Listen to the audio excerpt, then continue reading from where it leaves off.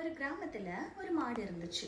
அந்த மாட்டுக்கு வந்துட்டு எப்ப பார்த்தாலும் ஒரே லைஃப் வாழ்றதுல கொஞ்சம் போரிங்கா இருந்தது. நம்ம வந்துட்டு இந்த விவசாயி கிட்ட இருந்து தப்பிச்சு நம்ம காட்டுக்குள்ள ஓடி போயிடலாம் சொல்லிட்டு ஒரு நாள் என்ன பண்ணுச்சு, அந்த விவசாயிக்கு தெரியாம பக்கத்துல இருந்த ஒரு காட்டுக்குள்ள போயிடுச்சு. அப்போ அந்த காடு அவ்வளோ செல்லு செல்லுன்னு இருந்ததை பார்த்துட்டு அந்த மாட்டுக்கு சந்தோஷம் தாங்கவே முடியல.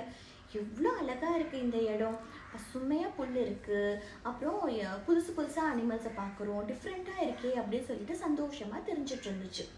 அப்போ இந்த மாட்டை வந்துட்டு ஒரு நரி பார்த்துச்சு. அந்த நரி என்னடா இது, இந்த மிருகம் புதுசா இருக்கே, இது யாருன்னு தெரியலையே, ஃபர்ஸ்ட் போய் இது சிங்கத்துக்கிட்ட தான் நம்ம போய் சொல்லணும் அப்படின்னு சொல்லிட்டு சிங்கங்கிறது அந்த காட்டுக்கு ராஜா இல்லையா, அந்த காட்டு ராஜாவை தேடி போச்சு.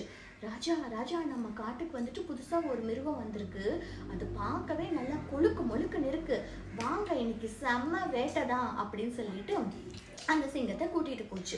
அதுக்குள்ள மாடு வந்துட்டு தனக்கு ஏதோ ஆபத்து வரப்போகுது அப்படின்னு தெரிஞ்சுக்கிட்டு ஒரு குகைக்குள்ள போய் மறைஞ்சுக்குச்சு. அப்ப அந்த நரி அந்த சிங்கத்தை, இந்த குகைக்குள்ள தான் மாடு போனதை பார்த்தேன், வாங்க அப்படின்னு சொல்லிட்டு கூட்டிட்டு போச்சு.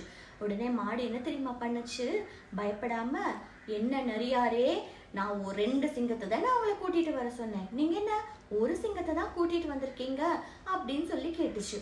உடனே சிங்கத்துக்கு வந்துட்டு, என்னடா இது, கூட்டிட்டு வர சொல்லுச்சா, அப்ப இந்த நரி நம்மளை ஏமாத்திடுச்சா, எவ்வளவு தைரியம் தான் நம்மளையே ஏமாத்தி கூட்டிட்டு வரும் சொல்லிட்டு அந்த சிங்கம் அந்த நரியை துரத்த ஆரம்பிச்சிருச்சு.